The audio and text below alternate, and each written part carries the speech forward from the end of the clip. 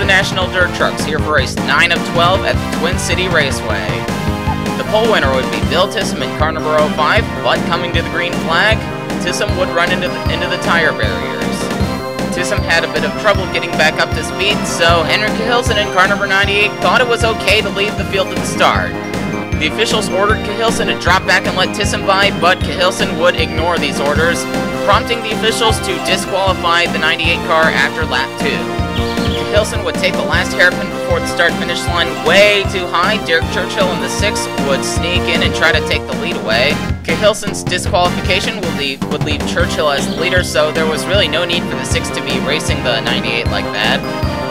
More problems for Bill Tissam in the 05. He loses control of his car again and goes into the tires again. This would take car number 05 out of the race. However, the race would remain green.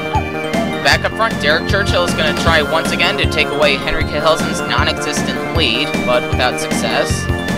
For the second week in a row, points leader Ollie Hazelbrook is not doing too well in the early stages of the race. He's stuck just outside the top 15 at this point and is showing no signs of moving forward. Henry Cahilson is finally going to be taken out of the race on lap 4. He takes the hairpin way too wide and goes into the tire barriers. After Cahilson climbed out of his car, the officials were more than eager to ask him why he did not pull into the pits after being disqualified.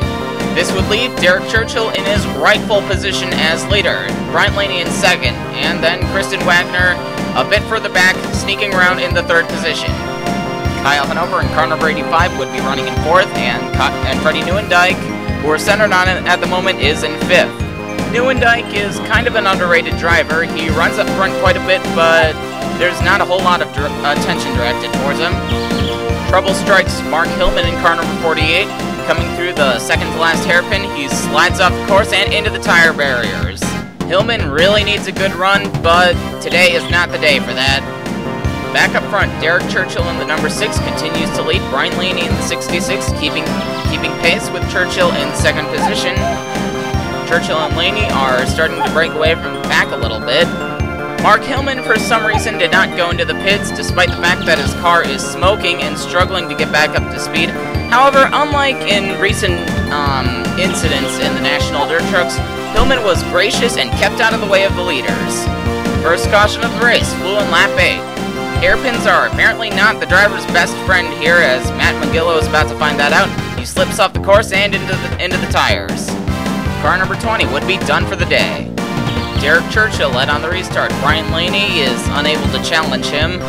Kristen Wagner continues to run 3rd, Kyle Hanover in 4th, and Freddie Neuendijk in 5th. The U.S. Postal Service cars of Mark Adams and Ryan Adams are running 9th and 10th respectively.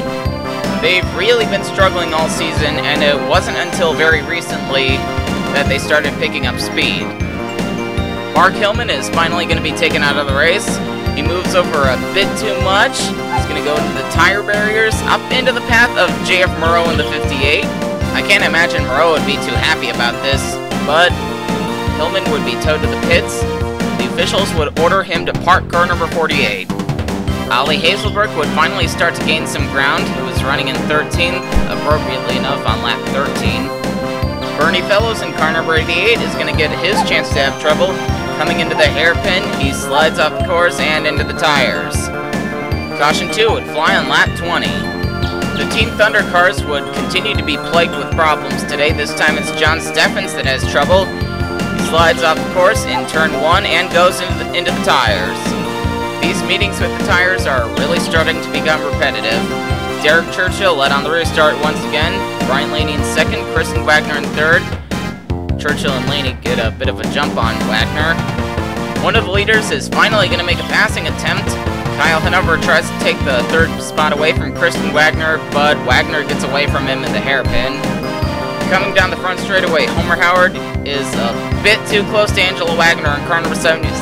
The two get together. Angela Wagner goes into the tires. Homer Howard gets a bit of damage. The officials were not amused at Howard's driving and promptly called him to the hauler. Caution 3 flew on lap 33. This isn't the reason why the officials threw the yellow, but this incident does trigger it. Billy Bob Childers has trouble in the hairpin and goes into the tires. The race remains green, but Childers has a lot of trouble getting back up to speed.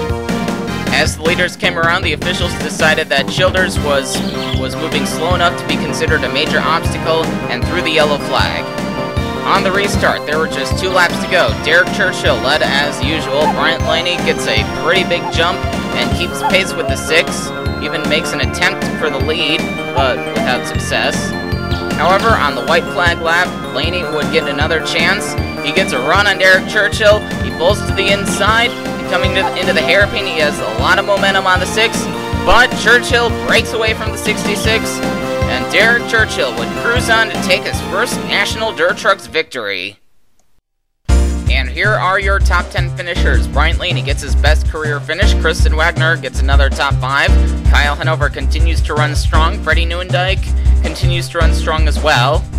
Elmer Farley in 6th. George Mitchell in 7th. That's his best finish since Drummond. Mark Adams 8th. Larry Dimmick 9th. And Ollie Hazelbrook rounds out the top 10. And now for the top 10 in points. Hazelbrook continues to lead with 181 points. Kristen Wagner in 2nd. Freddie Neuendijk 3rd. Teammates Armand Mitro and Bernie Phillips 4th and 5th respectively. We have a tie for 6th between John Steffens and Elmer Farley, and then a 3-way tie for 8th between Homer Howard, Allison Collada, and George Mitchell. The next race will be at the I-70 Speedway in Missouri. This is CJ, signing off.